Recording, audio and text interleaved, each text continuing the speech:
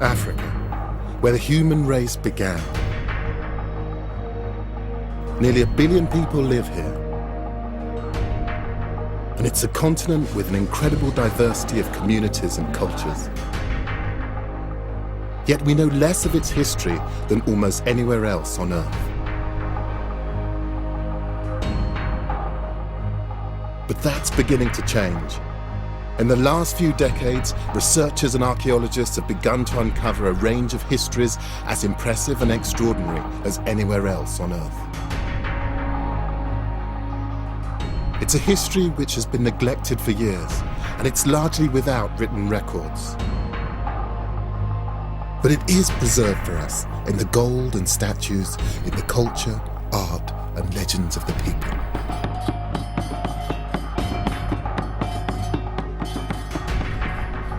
My name is Gus Casely Hayford. Over many years, I've studied the history and culture of Africa. As an art historian, I'm used to drawing stories from mute objects from the past. I'm going to discover the history and find out what really happened to the lost kingdoms of Africa.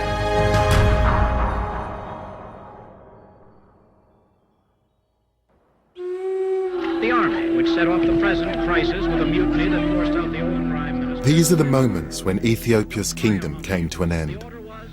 In February 1974, the Ethiopian military rose up in revolt. By September, they deposed the Emperor Haile Selassie.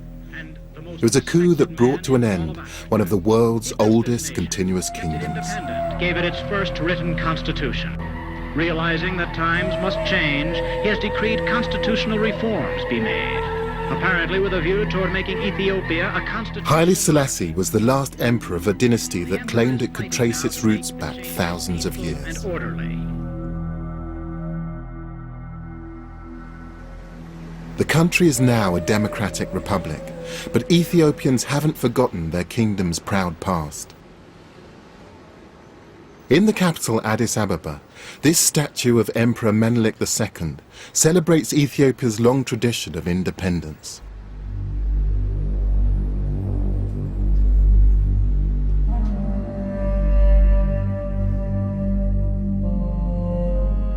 At a time when much of Africa was being colonized by European powers, Menelik II's army fought off an Italian attempt at conquest.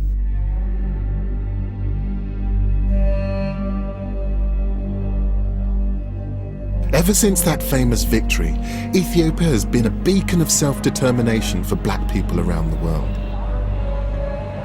But I'm here to get back beyond that to the ancient history. I've got here the Kebra Nagast, the glory of kings, the story that tells you of all of those kings, those ancient empires. And I want to get behind that and find out exactly what made this country. The book I'm carrying is a modern translation of the most important text in Ethiopian history. The Kebra Nagast was written in the 13th century. It sets out the lineage of Ethiopia's emperors. It makes some grand claims.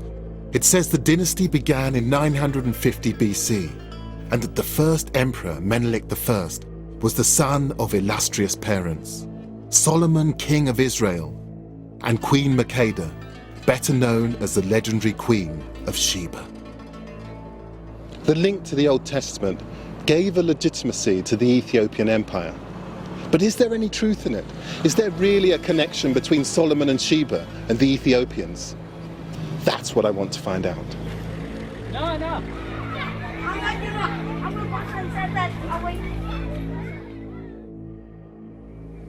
I can't speak to an emperor, but I do have an audience with Ethiopia's most important spiritual leader, the head of the Ethiopian Orthodox Church. As with most ancient kingdoms, the Ethiopian emperors claimed their power came from God. Church and state were inextricably linked. So evidence of the origins of the church might throw some light on the history and origins of the Ethiopian kingdom. Could you tell me something about the history or the origins of the Ethiopian church? 1,000 years before Christianity, Ethiopians have accepted officially the Old Testament order. and they have followed for 1,000 years.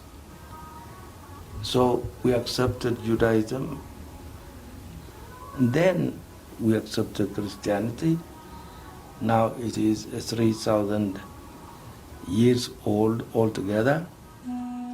According to the patriarch, Ethiopia's Judeo-Christian tradition does date from the beginning of the Ethiopian kingdom. He says that the faith and the emperors came together. The foundation of this belief lies in the astonishing claim that the very basis of Judaism is actually here in Ethiopia. He tells me that the Ark of the Covenant containing the Ten Commandments was brought here from Jerusalem by Menelik, the son of Solomon. The Ark of the Covenant and the Solomonic descent comes together. The Ark of the Covenant is with us in Ethiopia. Can that really be true? If the Ark is in Ethiopia, it would be powerful evidence of a link between Ethiopia's founding emperor and the people of the Old Testament. But there's a problem. The Ark is deemed so holy a relic that no one is allowed to see it. And there's no historical evidence that Menelik I was the son of Solomon and Sheba. Yet faith in this legend is still strong.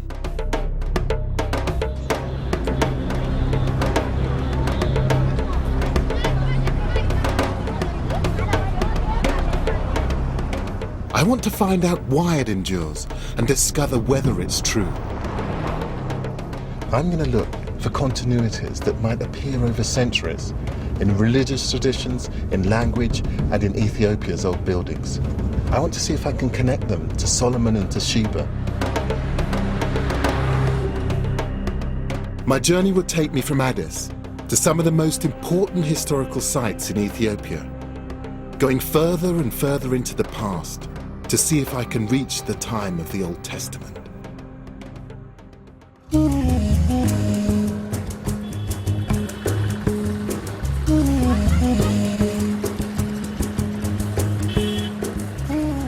My guide here is Habtamu Mamu. We've come to one of Ethiopia's most important cities, and it's something of a surprise to me. So this is the old city? Yeah, this is one of the 5 main gates of Harar. Right. The legend of Ethiopia's unbroken Judeo-Christian history isn't that straightforward. Harar is a Muslim city. It's like a warren. And it confounds my expectations in other ways too. Ethiopia's modern history has been blighted by drought and famine. But in places unaffected by shortages like Harar's market, trade is brisk.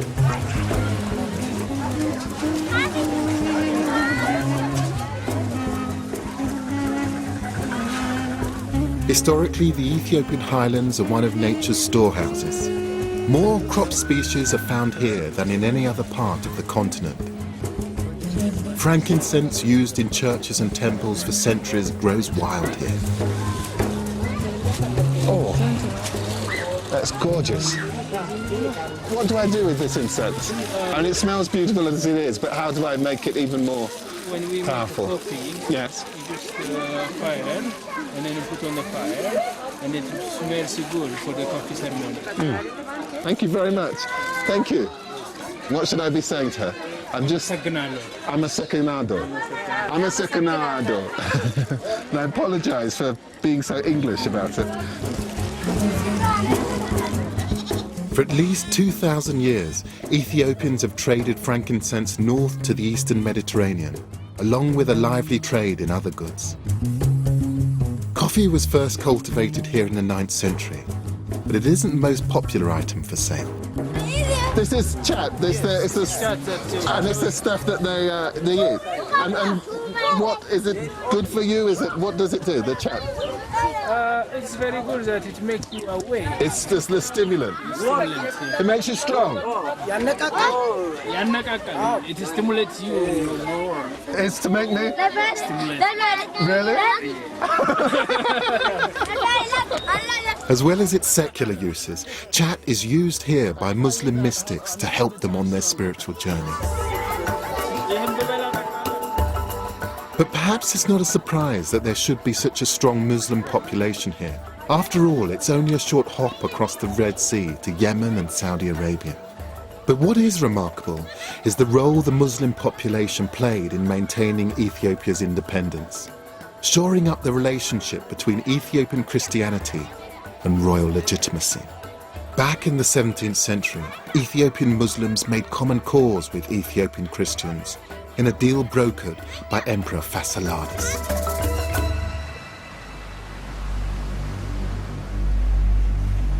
I'm heading to his capital to find out more about him and the Ethiopian kingdom he ruled over. I'm traveling to Gondar across Lake Tana on the ancient trade route which avoids the mountains. The unlikely alliance of Christians and Muslims came about as a reaction against foreign interference. During the 16th century, the Portuguese arrived with two purposes in mind. One was to take over the Muslim trade routes. The other was to find a mythical Christian ruler called Prester John. They travelled right down the west coast of Africa in search of him. And then when the boat technology improved, they came up the east coast. And it was here in Ethiopia, that they thought that they'd found him. Prester John turned out to be a figment of European imagination. Instead, the Portuguese found a real Ethiopian Christian kingdom. And whilst they enjoyed some success in converting the local population to Catholicism, their attempts angered many. A foreign imported version of Christianity united Ethiopian Christian and Muslim alike under the banner of Emperor Fasciladas. They expelled the Portuguese and executed their Jesuit priests. Ethiopian traditions were again free from outside influence. Some seem unchanged to this day. Papyrus canoes like this one have been used here for thousands of years.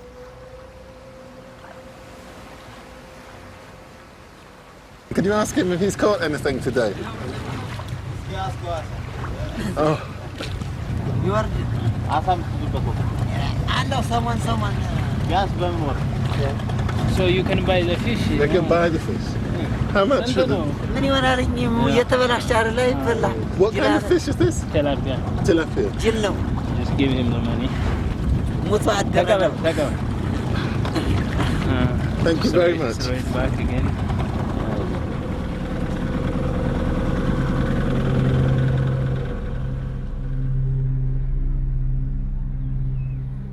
To the north of Lake Tana lies Gondar, Ethiopia's 17th century capital.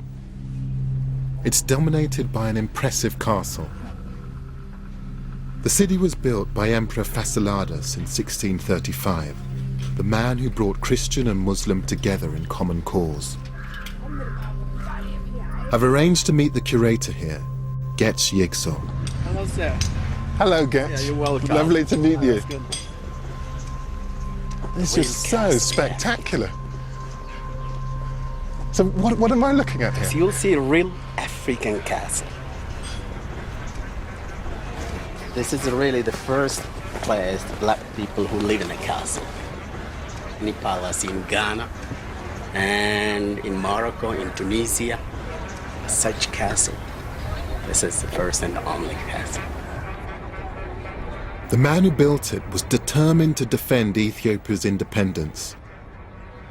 Getch tells me that Emperor Fasciladas was a strong leader in control of a significant capital. Oh yeah, because in Ghana at that time there was about 60,000 inhabitants, you can imagine. That was 400 years ago. It's a big town. So we're able to imagine that he was a kind and very visionary man, very wise man. That's why he built such an edifice, an impressive castle. Fasciladas wasn't just displaying his power with this building. There are telling clues that he was also asserting his legitimacy by reminding people of the link to King Solomon and the people of the Old Testament.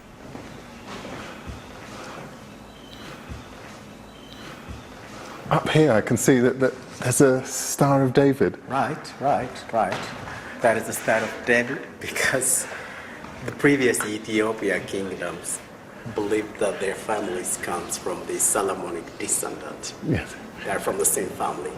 Fasilides was one of them. That's why he put inside. And connection to Solomon, what was that? I mean, is it a legend or is this an actual real? This is the real connection. I knew that it would be difficult to separate fact from myth. Here, it seems impossible.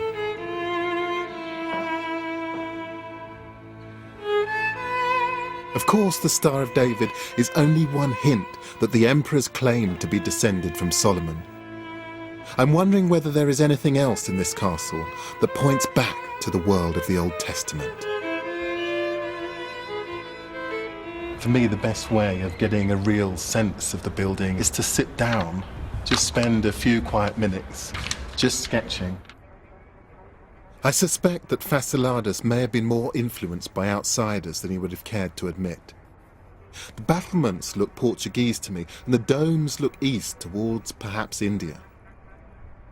But I can also see what looks like a curious technique in the way the long wooden beams have been used in the stone building. I'm particularly interested in how the architect has used this beam to support the masonry, and it's a wooden beam. It's quite unusual for it to be that long. The beam's unnecessarily long for its function.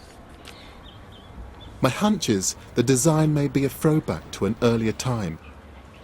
It's almost like an architectural quote. To see it here in this site where they've absorbed influences from all over the neighbouring regions is absolutely fascinating. Details like the beams suggest that while there were some outside influences on the kingdom, local heritage and traditions were fundamental. And the execution of the Portuguese Jesuits shows the emperor's determination to defend the distinctive role of the Ethiopian Church. Just as in Western Europe, many of the oldest buildings still standing in Ethiopia are churches. And I feel sure these buildings can tell me about the relationship between the emperors, their faith, and their history. This church was built by Emperor Yasu, a close successor to Fasilides in the 17th century.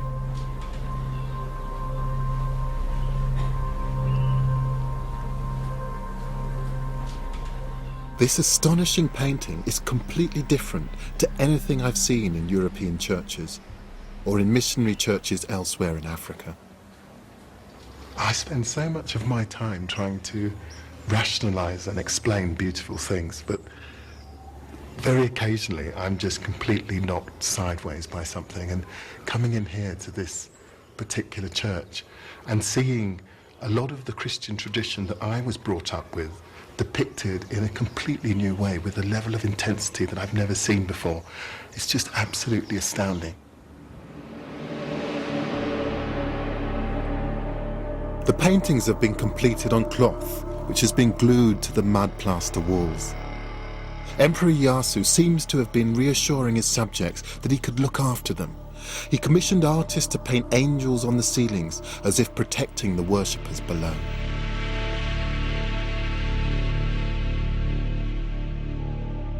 It's a stunning example of the individuality that the emperors were so determined to preserve.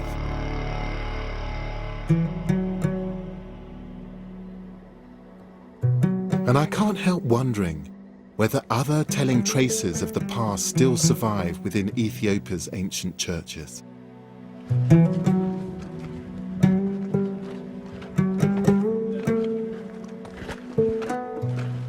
It's Sunday morning, and I'm going to a service at a church far into the highlands of East Gondar.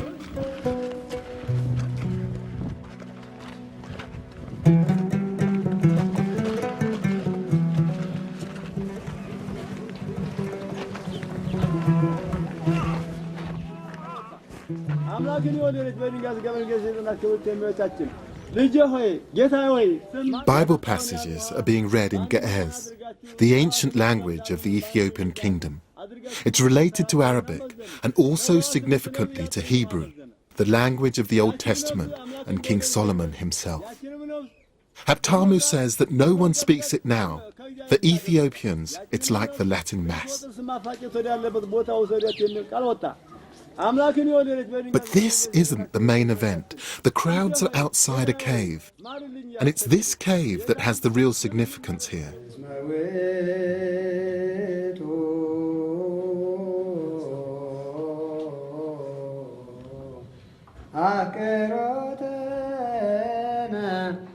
This place contains beehives, which are regarded as holy by the congregation.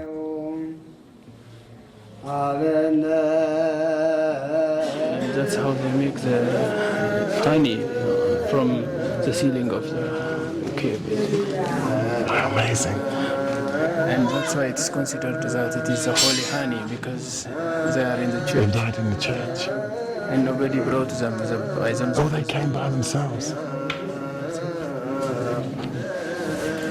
And the honey which is taken from this is given to the people that considered as a holy honey. I see.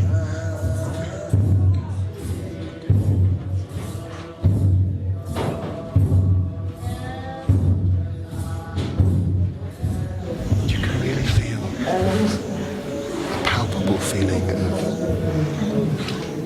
people believing in this place. Get a sense that it's not just communing with God, it's making contact with a very profound past.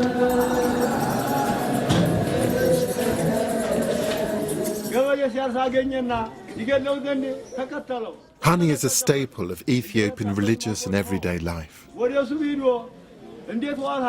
From the honey, the Ethiopians make a kind of mead, which is called tej. It is both the national drink and the communion wine.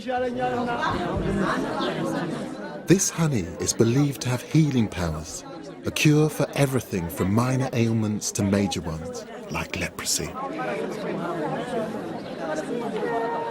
Honey has long had a special place in other cultures in Africa and the Middle East. What's unique to Ethiopia is its connection to one of the kingdom's greatest rulers.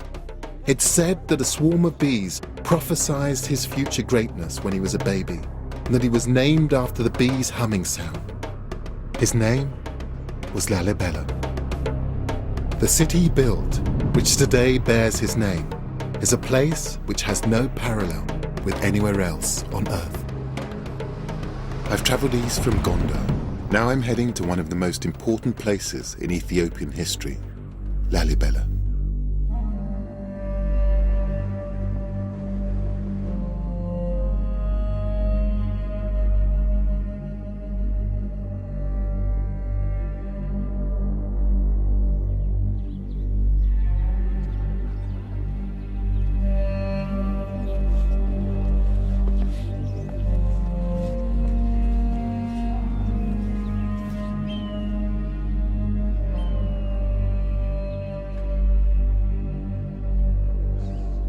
Not much that could prepare you for that.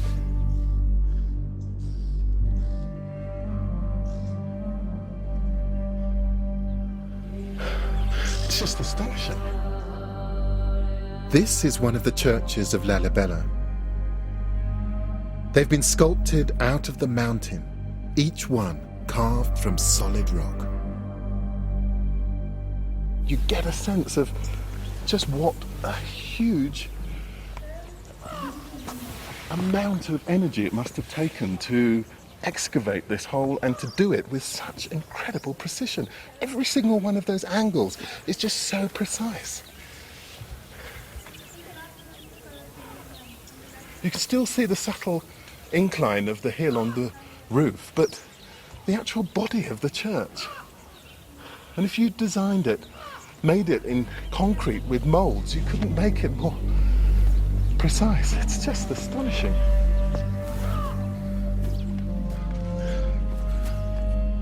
The man responsible for commanding the building of 11 of these incredible structures was Emperor Lalibela.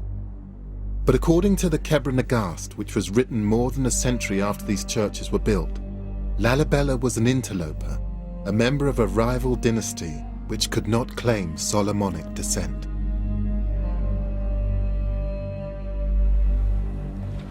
However, Lalibela claimed God commanded him to build these churches, and in so doing, he attempted to claim legitimacy as an emperor because he was doing God's work. A legend grew over centuries that the buildings were completed at superhuman speed. But recent research by a team of French archaeologists, led by François-Xavier Fauvel, suggests otherwise. Usual story on Lalibela says that the whole churches were built at the same time during a very short period of time, whether it was 3 nights and 3 days or 24 years. Yes. But basically this is the same story.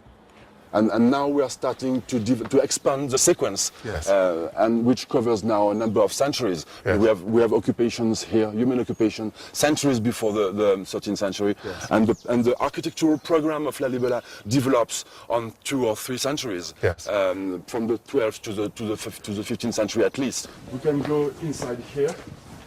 There's still a great deal that historians don't know about Lalibela. It's unlike any other archaeological site, in that it's almost a case of archaeology in reverse. So in that way, it is not an archaeological site, and it is, and you have to wash your mind about all this kind of previous way of thinking about architecture and archaeology. Instead of having successive deposits, you have just successive removals of stone, and instead of having this deposit accumulating and giving you information about the successive occupiers of the place, you have people who, the more they removed, the more they erased traces of people that were here before. The French investigations are expected to go on for at least 4 years. Emperor Lalibela left an intriguing legacy, one which underlines the uniqueness of his kingdom. It's down here outside, when you don't actually just have the light radiating straight down onto it, that you can begin to see just the intensity of the colour of the rock. And it almost glows. It just blows you away because it's completely unlike anything I've seen before. And that isn't just in terms of the design, but it's just thinking about, what does it take to do something like this?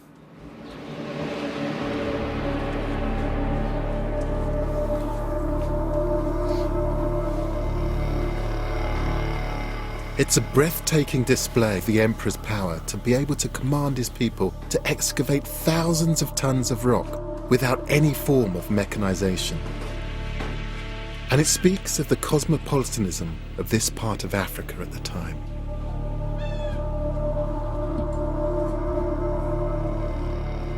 They brought images, influences from all over Christendom and beyond.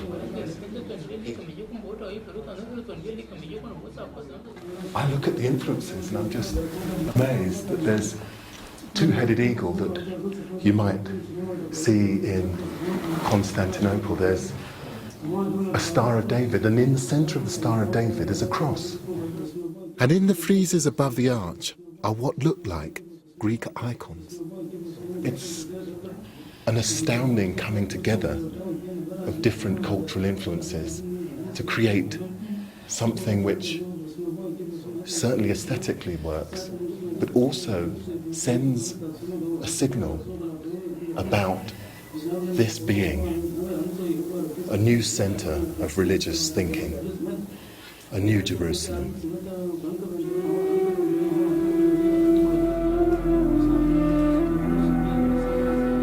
This is a scale and quality of architecture on a par with many of the achievements of medieval Europe. And it's fascinating to see this cosmopolitan approach in a place which many medieval Europeans considered the extreme fringe of Christendom.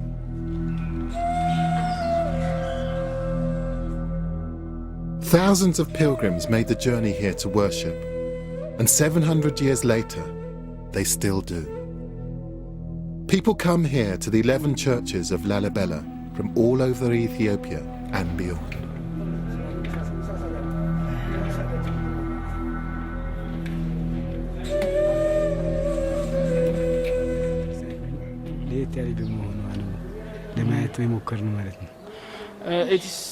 We heard that it is totally different from other churches, and religion-wise we are told that if a person go to Lalibela and see, if you make a pilgrim, you will be righteous, and from generation to generation. So that's why we likely come here and to see the church.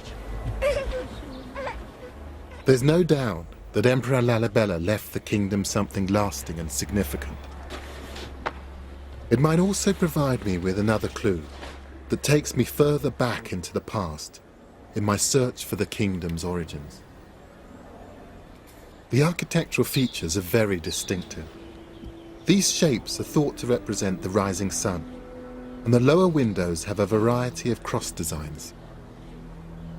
It's a double cross so that you can actually see it both as a cross and then also extruded. And then at the very top is this shape that you see everywhere. One of the things I'm beginning to think about this building is just looking at these windows, you are forced to ask the question, why? Why these shapes? But also why go to this length of bother to create something quite so complex? But more intriguing than the windows are the blocks at each corner. They look almost like beams, but the way these churches have been created means that they're architecturally unnecessary. This building is completely made from solid rock, so there will be no need to have any supporting structures inside it. And yet it has some of those sorts of supports running all the way along the length of this building. The use of apparently structural features as pure decoration tells me that they've been copied from buildings that already existed. Architectural quotations, if you like. It also suggests that those earlier buildings may have been important to the people who built Lalibela. Remember, according to the Kebra Nagast, Lalibela was not descended from Solomon, so perhaps in copying an architectural style, he was emphasizing his claim to be the heir of earlier rulers.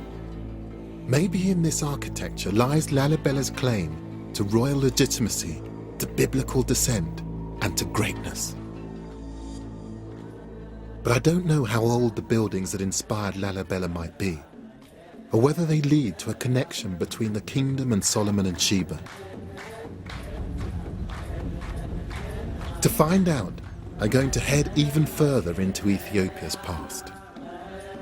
This is one of the oldest inhabited places in the world. Archaeologists have discovered signs of the earliest human development here from over 4 million years ago. Even things that appear recent are ancient. These terraces in Tigray province are believed to have been ploughed for 3,000 years. In pre-colonial times, Ethiopia was the only sub-Saharan country to use the ox-drawn plough, a crucial step away from the pastoralist culture of the rest of the continent further to the south.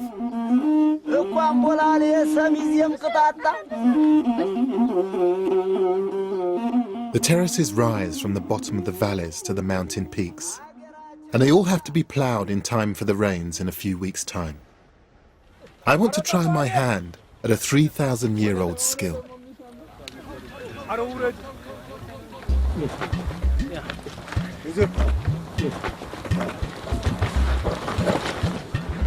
a natural. Hands are out of a job here. Head mellow. I nearly had my eye out there. How do I stop them? What do I do to them?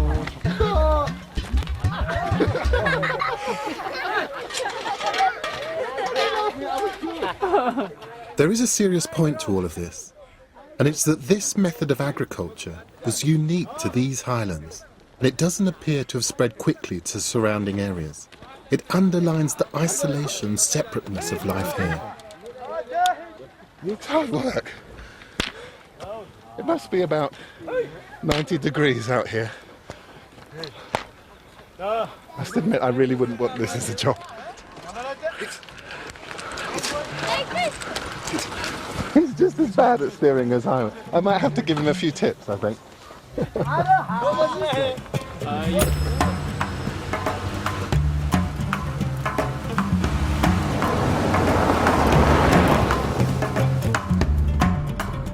We're 10,000 feet above sea level here,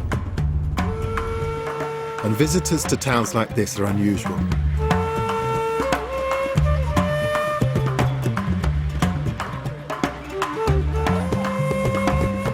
I wonder whether isolation like this is why Ethiopia's traditions seem to have lasted so long.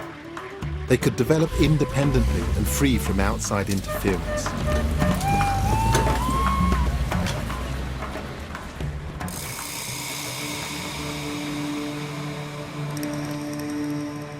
But there are few places in the world more self-consciously cut off than my next destination. In the far north of Ethiopia lies Debre Damo, one of the most important sites in the country. Debre Damo is one of the oldest buildings in Ethiopia, and it sits on top of this imposing table mountain. It's a monastery dating back to the 6th century, and its famed isolation is justified. The only way to get to it is by climbing a rope made of goat skin up a steep cliff. And hopefully do a quick prayer for us as well. I need all the help I can get. Good luck, Haptamu. Thank you. It seems like a good idea to send Haptamu up first. He can show me how it's done. Oh.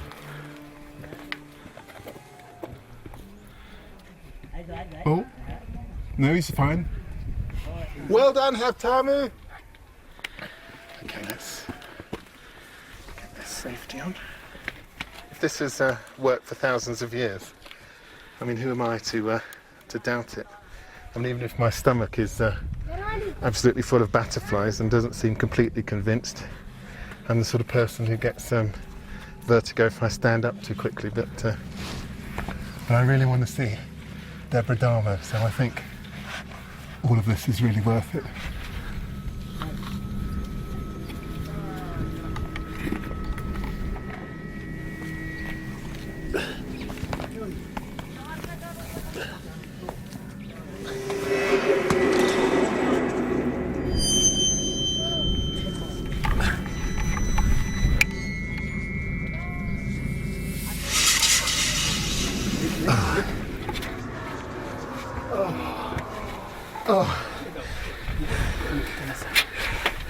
I made it.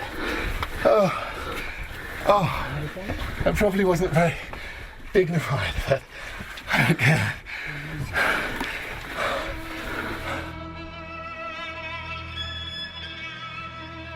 Just look at those views. We're right on the top of the world. Coming up here, getting up here, I wouldn't have missed this for the world. It's just amazing.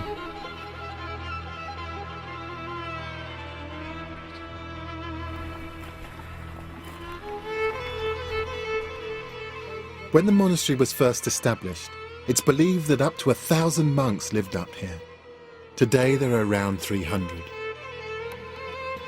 It's said to be one of the oldest permanently occupied Christian communities in the world, and it's at least 500 years older than Lalibela. It was built thanks to another Ethiopian emperor, Gabra Mescal. He ordered the construction of a colossal ramp to help get building materials up onto the plateau. Once the monastery was completed, the ramp was demolished and Debre Damo was isolated once more. And the monks continue to take their separation seriously. So they don't allow women up here, is that right? That's why. No. No women at all? No women at all. And that's ever? There were never any women allowed up here? And that's the church. In fact, Ever since the 6th century, they haven't even allowed females to be brought up from the valley floor. The fact that Debre Damo has been so cut off for so long could be useful in my search for how this kingdom's traditions have echoed through the ages. I need to see the most important building here. Tomorrow I'm going to join the monks at a special service inside the 6th century church. So we're going to try and get a little bit of shut-eye and then be up with the sun, because that's when the monks get up.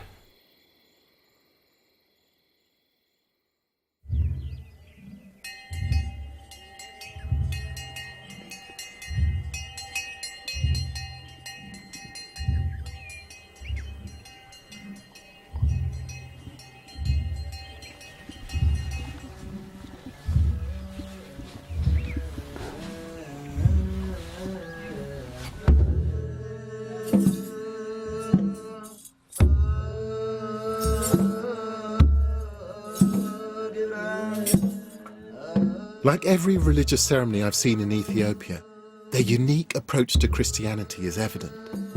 But it isn't just the service that's catching my eye, it's the building it's being held in. The most amazing thing is to see some of the features that I saw earlier in my trip, but used structurally. You begin to get a sense of that history that was being evoked by the architects of Lalibela and Gonda. But here, it's actually holding up this structure. This was what they were echoing. Here are the square-ended beams I saw on the corners of the windows at Lalibela's rock churches. The rising sun window designs here too. And I last saw these distinctive long wooden beams in the castle at Gonda, where the architecture struck me as being from an older local tradition. And here it is in a 6th century church, made from small uneven stones. It's only these kinds of beams that can hold up walls like these. And another feature literally stands out. Different shaped beams which extend beyond the walls. These are called monkey heads. I just tried to spend a few minutes just thinking about how this monkey head technology was actually put together. And what I think is that these heads represent the end of a sort of dumbbell-like piece of wood that sat across a beam. And basically, because the ends were wider than the body of these structures, it actually meant that the pressure from above helped to keep the building taut. This actually meant that you could actually build more than one story on these buildings.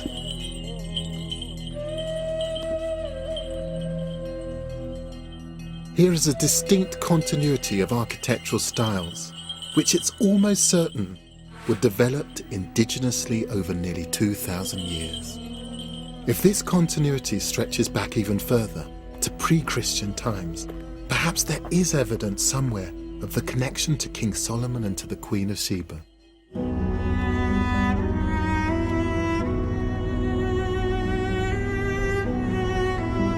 Debre Damo deliberately cut itself off from the world.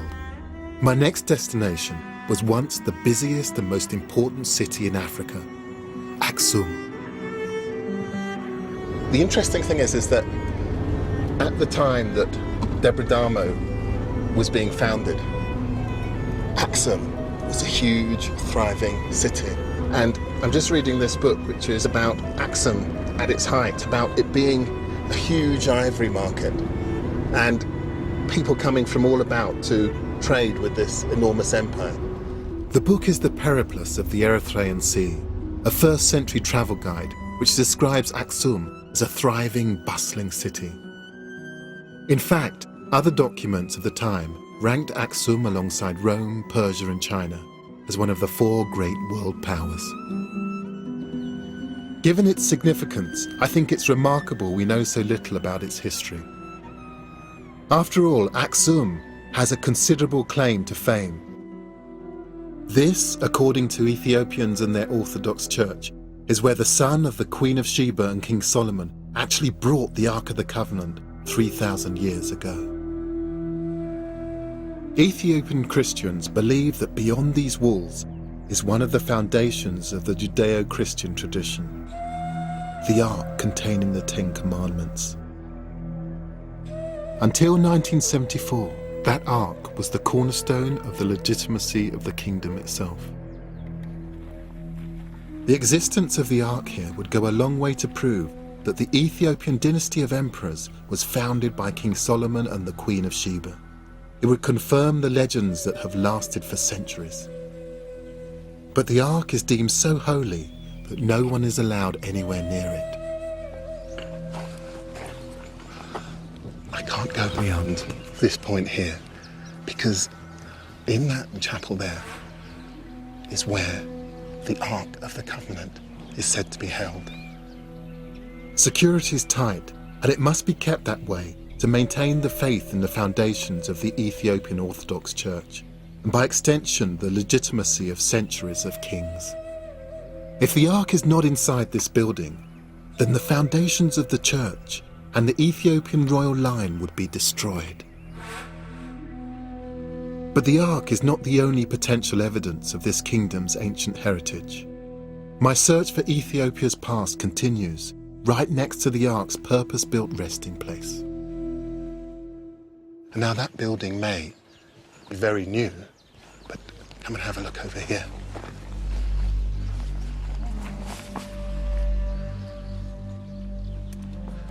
Down here is something very, very old. This is the remains of a building which is 4th century, said to have been built by King Ezana. Ezana, archaeologists believe, was responsible for Ethiopia's first Christian church. He was the first Ethiopian emperor to convert to Christianity. Archaeologists know this for certain because coins minted during his rule show almost the moment of Ezana's conversion. One coin has a Christian cross in its design, but another, earlier coin, shows the pre-Christian religious symbol of the crescent moon and the sun. This is hugely significant. It means that there was a continuity of ruler before and after Ethiopia became a Christian country. The Judeo-Christian tradition here does seem to be unbroken. The coins confirm another fact. By the 4th century, this was a significant, well-established kingdom. This was the only place in sub-Saharan Africa at that time known to have issued currency.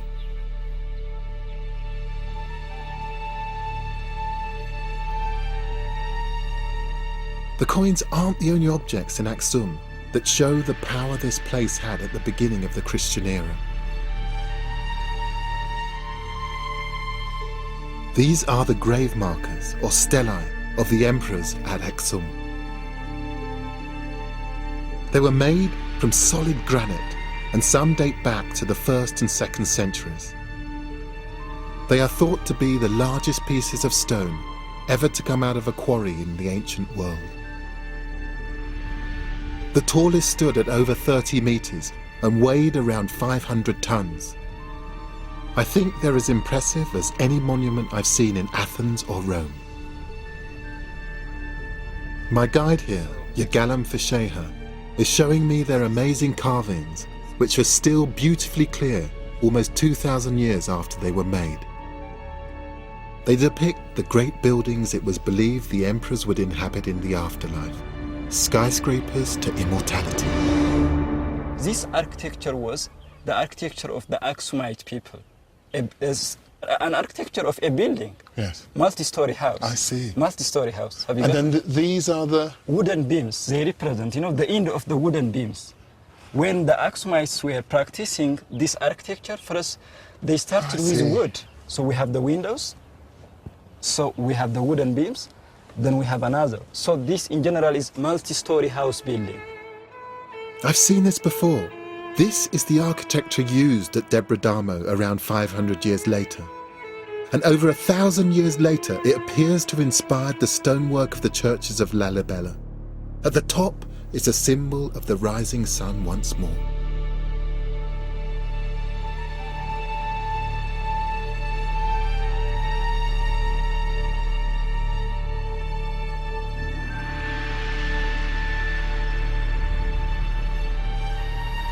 I've had just a very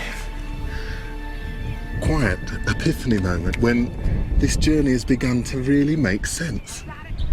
I mean, this stela, this single piece of rock, holds many of the elements that I've seen on my journey up until now, but here configured in a way that gives them a kind of sense, gives them a continuous historical narrative, which I suppose is the history of Ethiopia.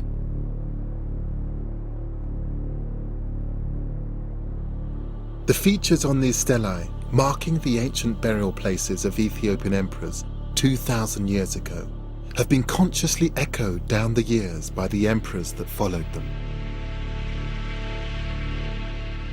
What I'm seeing at Aksum are continuous traditions taking the story of the Ethiopian kingdom back to the beginning of Christianity. But I still want to find evidence that the kingdom might go back even further, to the days of Solomon and Sheba. Yagalam has one more ancient artifact to show me. Wow, what's this?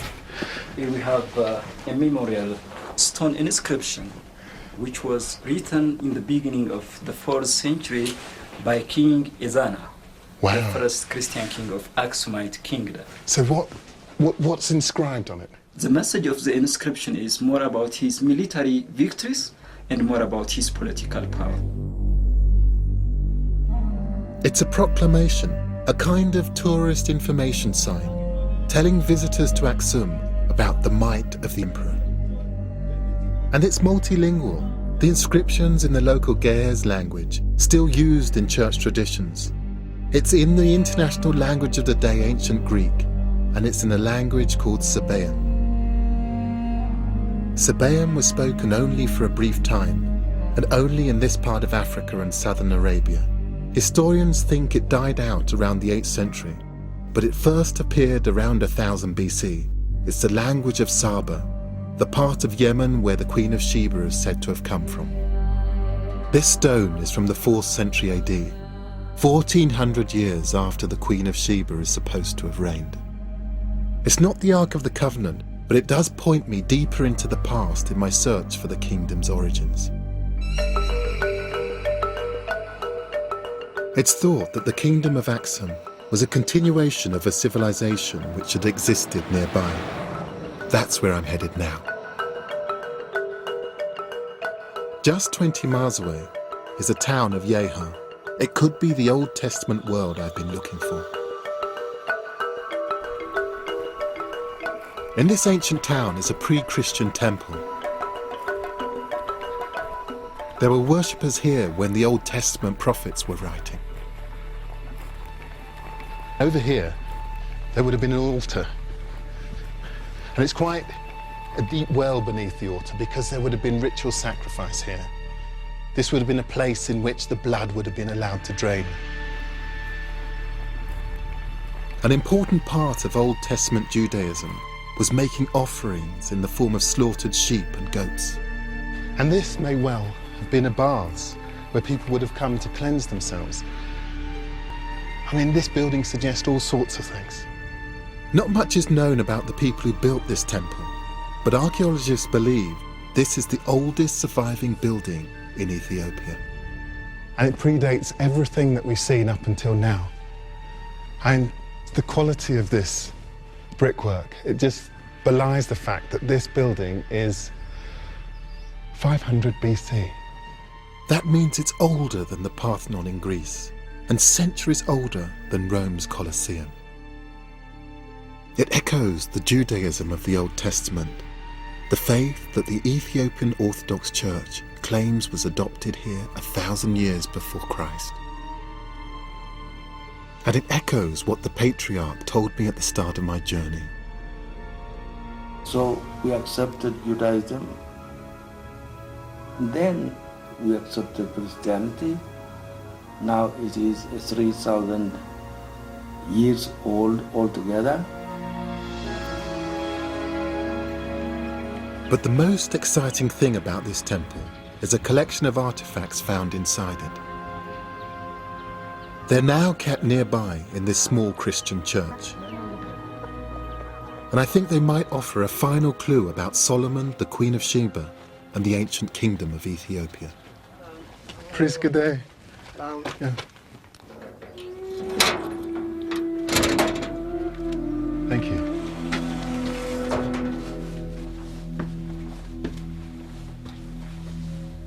I didn't know it would be like this. There are crosses and scriptures spanning many years of Christianity. Thank you. And there's an incense burner which doesn't belong in any church. It's been carved with the pre-Christian symbol of the crescent moon and the sun. Archaeologists think it dates from the 5th century BC. And from the same era as the burner are these stones, inscribed in the language of the Queen of Sheba, Sabaean. These are almost certainly objects from the time of the Old Testament, and they show an ancient link between Ethiopia and Saba, the home of the Queen of Sheba. This takes us back to, well, to the very beginning. I mean, a lot of people talk about the Queen of Sheba, and here you're showing me a stone inscription which may well mean that all of that is true.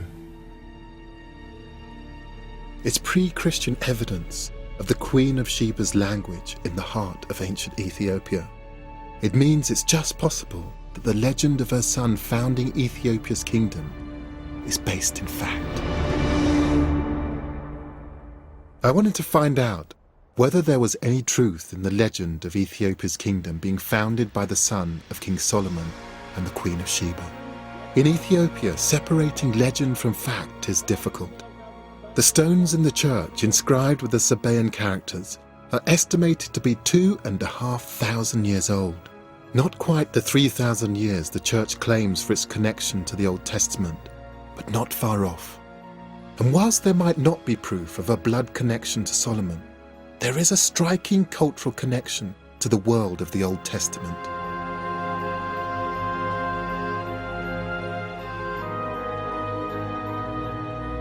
It's also striking that faith in this legend has lasted for centuries, closely tied to the unique traditions of the Ethiopian Church.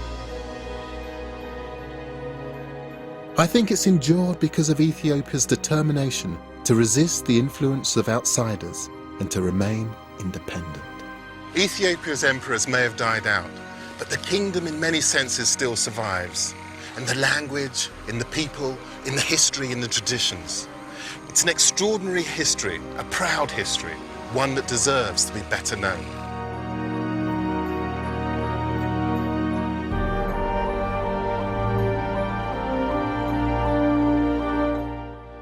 The Lost Kingdoms of Africa continues next Tuesday at 9.